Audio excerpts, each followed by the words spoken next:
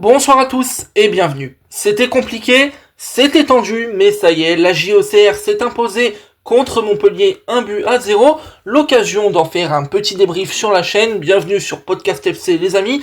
Installez-vous tranquillement, on va évoquer la rencontre entre la JA et le MHSC, une rencontre qui aura été intéressante, qui malgré le résultat offre bien des enseignements au-delà de ça, et qui est surtout une véritable peine pour Montpellier, qui de mon humble avis méritait mieux. Alors l'occasion justement d'évoquer un petit peu Montpellier, je trouve que les Montpelliérains ont fait cette fois-ci un match véritablement cohérent, il n'y a pas vraiment eu d'erreurs défensives manifestes, on n'a pas eu de mauvaises intentions, et au contraire, Montpellier ce soir s'incline, mais ça n'aurait pas été un scandale si Montpellier avait ramené le match nul. Ça n'aurait peut-être même pas fait scandale si Montpellier était parti s'imposer du côté de la Baie des Champs. Pourquoi ? Parce que Montpellier, c'est une équipe qui est arrivée après le match contre Saint-Etienne et les événements qu'on connaît, qui aurait pu complètement se disloquer, qui aurait pu complètement péter en vol, qui aurait pu complètement lâcher définitivement le navire, mais en fait, pas du tout. Les Montpelliérains sont arrivés avant le match avec des intentions, et ça c'est vu sur le terrain, ça c'est sincèrement vu, parce qu'on a vu une équipe de Montpellier qui aura été entreprenante, qui aura montré des choses, qui aura été solide, qui a gagné des duels, qui a répondu à l'impact. Et en fait, ce qu'on attendait pour certains peut-être un match facile pour Auxerre face à Montpellier, qui est une équipe en grande difficulté, eh ben ça a été un match relativement équilibré, ça a été un match qui n'aura pas été si simple à jouer, et oui, je le dis, ce soir Montpellier s'incline, mais c'est un match où Montpellier peut-être mérite mieux. Alors évidemment, le résultat va pas arranger les choses, ça plonge encore plus Montpellier dans l'incertitude, je dirais, et encore, je pourrais même dire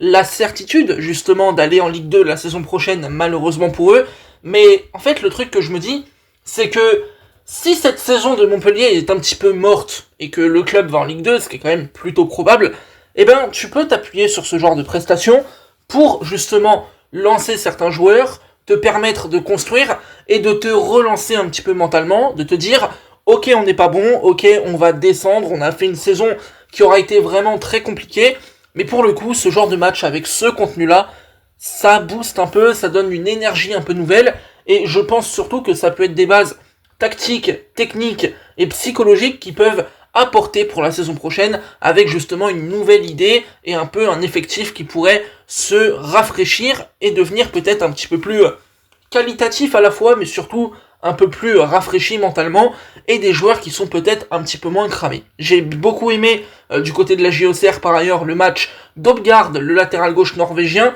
Je le connaissais pas, sincèrement, j'avais vu seulement des petites vidéos, tout ça. J'avais peur, voilà, je vais pas le cacher. J'avais un petit peu peur de me dire, bon, c'est un joueur qui arrive de Norvège, on n'a pas forcément le budget du côté d'Auxerre pour faire des énormes recrues, hein, ce qui est complètement normal. Mais finalement, voilà, match vraiment très solide d'Obgard, le norvégien. Il a été à la baguette offensivement, il aura été quand même volontaire, il a été impliqué, il s'est montré dans les situations, et défensivement, c'est peut-être là où je l'attendais le moins d'ailleurs, il aura été solide au duel, il aura bien anticipé les choses, et il aura fait un match plutôt complet. Aussi, il y a un Auxerrois forcément dont je veux absolument parler, ce n'est pas Kevin Danois, mais on en fera probablement un épisode un peu spécial sur la chaîne, c'est la saison de Gaëtan Perrin, parce que je l'ai déjà peut-être évoqué une fois sur la chaîne, mais Gaëtan Perrin, c'est phénoménal, voilà, c'est phénoménal parce qu'il te fait des choses cette saison que je ne comprends pas, que je n'imaginais pas de sa part, et en fait, ce qui est assez ouf avec Perrin, c'est que le mec, il arrive à Auxerre, souvenez-vous, d'Orléans, en étant formé à Lyon, il va à Orléans, après il va à Auxerre, et en fait, quand il arrive à Auxerre, c'est pas compliqué, il arrive dans un nouveau projet, en Ligue 2, avec un club qui doit se structurer, qui doit se reconstruire pour monter en Ligue 1, et en fait, ce qui est beau avec Perrin, c'est que le mec a pris le lead petit à petit. Petit à petit, il a haussé le niveau de jeu, il a progressé, et en fait, l'atout majeur de la JA, c'était surtout Gauthier Hein. Mais qu'est-ce qui s'est passé ? Hein, il est parti, et là, on a un nouveau leader offensif, et c'est Gaëtan Perrin. Certains me parleront d'Ahmed Junior Traoré, je peux comprendre, parce que c'est un joueur qui a beaucoup de talent, mais pour moi, sur la saison, en fait, je suis beaucoup plus impressionné et surpris par Gaëtan Perrin que par Traoré. Parce que Traoré, on connaît un peu son talent, on connaît un peu la carrière qu'il a, et on est sur un joueur qui clairement a un vrai palmarès, un vrai CV, qui en tout cas, du niveau de la stature d'Auxerre, sans manquer de respect au club bien évidemment, qui est un très grand club, Bah, vu l'effectif actuel et le parcours que tu as connu ces dernières saisons, c'est une recrue qui est XXL. Perrin, c'est vraiment un mec qui est dans la continuité, qui se développe, qui grandit, et qui aujourd'hui fait une excellente saison, qui va peut-être amener à un transfert cet été, même si j'espère qu'il va rester en Ligue 1 et du côté de la GIA. Pour revenir un petit peu à Montpellier, ouais, c'est vraiment décevant et dommage pour Montpellier de s'être incliné. Montpellier qui n'est pas passé loin d'ailleurs d'une stat assez historique, c'est le fait de faire le premier clean sheet de la saison. Rendez-vous compte que Montpellier n'a jamais fait de clean sheet cette saison. C'est assez incroyable de voir une telle stat. Montpellier est pas passé loin, c'était assez solide défensivement. Et finalement, le sauveur, encore lui, Florian Hayé, qui vient permettre à Auxerre d'arracher encore un résultat. C'était déjà le cas contre Nice, là c'est le cas contre Montpellier. Là pareil, Hayé, enfant un petit peu du club, il est revenu, il a pu se développer, offrir autre chose. Là encore une fois, c'est un peu la belle histoire, j'ai envie de dire, parce qu'on s'attendait peut-être pas forcément à ce que ce soit Flo Hayé qui vienne du côté d'Auxerre permettre à être un peu le sauveur et tout. Mais en fait, c'est un peu ça, le symbole de cette équipe auxerroise, c'est de dire, on a des mecs, pour certains, qui sont là depuis très longtemps, qui se développent avec le club, et en fait, on les attend pas à ce niveau-là, et ils arrivent à un niveau exceptionnel. Et je pense que le plus grand symbole de ça, c'est un joueur que, pareil, j'ai envie de lui rendre hommage, même si c'est pas le match où il a été le plus mis à contribution et tout, c'est Donovan Léon. Et Donovan Léon, les amis, il faut qu'on parle de sa saison, parce que, et moi le premier, je vais faire mon mea culpa complet. Quand Auxerre a annoncé officiellement partir avec Donovan Léon en Ligue 1, je me suis dit, oh putain les cons, ils vont descendre. Sincèrement, c'est vraiment ce que je me suis dit. Je me suis dit, ils vont descendre. Vraiment, c'est une énorme connerie. Et à un moment donné, pardon monsieur. Voilà, pardon monsieur, parce que Léon, il est décisif, il est solide, il a passé ce cap. C'était pas forcément attendu vu son âge, il a 32 ans, il a connu principalement la Ligue 2 et tout. C'est vraiment surprenant.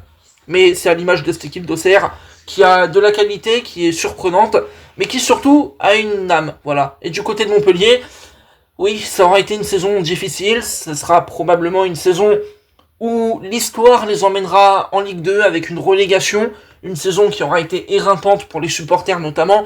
On a vu les débordements et tout ça, bon, je peux comprendre, sans pour autant tolérer, mais je comprends tout à fait la colère et le débordement. Mais pour autant, le match de ce soir, je le dis et je le réaffirme, Montpellier mérite mieux. Montpellier vraiment mérite mieux. Je vois notamment la bonne entrée de Wabi Kazri qui a failli mettre un but extraordinaire. Je vois Andy Delors qui malheureusement a été transparent, mais qui, dans l'âme de leader, peut amener quelque chose quand même à ce vestiaire. Voilà, je suis vraiment, en fait, même attristé pour Montpellier parce que finalement, c'est jamais drôle de voir un club qui connaît une saison comme ça. Un club autant en difficulté, un club qui, sportivement, ça ne va plus.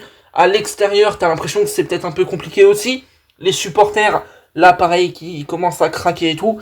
Et sincèrement, si je devais adresser un peu un message de fin et d'espoir un peu pour Montpellier, c'est de dire, le football, il est fait de cycles. Montpellier a connu des beaux cycles dans son histoire, il y a eu des belles choses. L'apogée, c'est probablement le titre de champion, et après la Ligue des Champions, avec toute cette belle équipe qu'on a connue. Mais des fois dans le football, il y a des cycles qui sont négatifs. Il y a des descentes, il y a des résultats qui sont malheureux. Alors oui, la Montpellier est dans un moment qui est terrible, ténébreux, triste, ce que vous voulez. Mais le football est cyclique, encore une fois. Et oui, Montpellier devra se structurer, Montpellier devra repenser un petit peu son modèle économique, devra peut-être faire autre chose avec son stade, rebâtir l'effectif correctement, peut-être se servir des jeunes Montpelliérains. Quand même, Montpellier est un bon club formateur, les gamins semblent vraiment aimer le club. Ce que je veux dire par là, c'est que le cycle aujourd'hui, il est négatif, mais on reviendra un jour à quelque chose de bien plus positif, et Montpellier connaîtra des jours bien meilleurs, avec une base qui est quand même plutôt intéressante, si jamais le club devait descendre en Ligue 2. Donc voilà les amis, gardez espoir, sincèrement, pour Montpellier. Si le club venait à aller en Ligue 2, ce sera compliqué. Il y aura probablement une période assez dense où le club aura un peu de mal à remonter et tout ça. Mais dans le football, il ne faut jamais perdre espoir et toujours se dire que tout est possible. C'était Podcast FC les amis. N'oubliez pas de liker ce podcast et de s'abonner à la chaîne. Ça me soutient énormément et ça permet de développer une chaîne qui est en plein essor et qui me permet d'exprimer ma passion en toute tranquillité. Je vous en remercie sincèrement. On se retrouve très bientôt pour d'autres sujets football. À très bientôt. bonne soirée à vous et bon courage pour demain, la reprise. Allez, salut.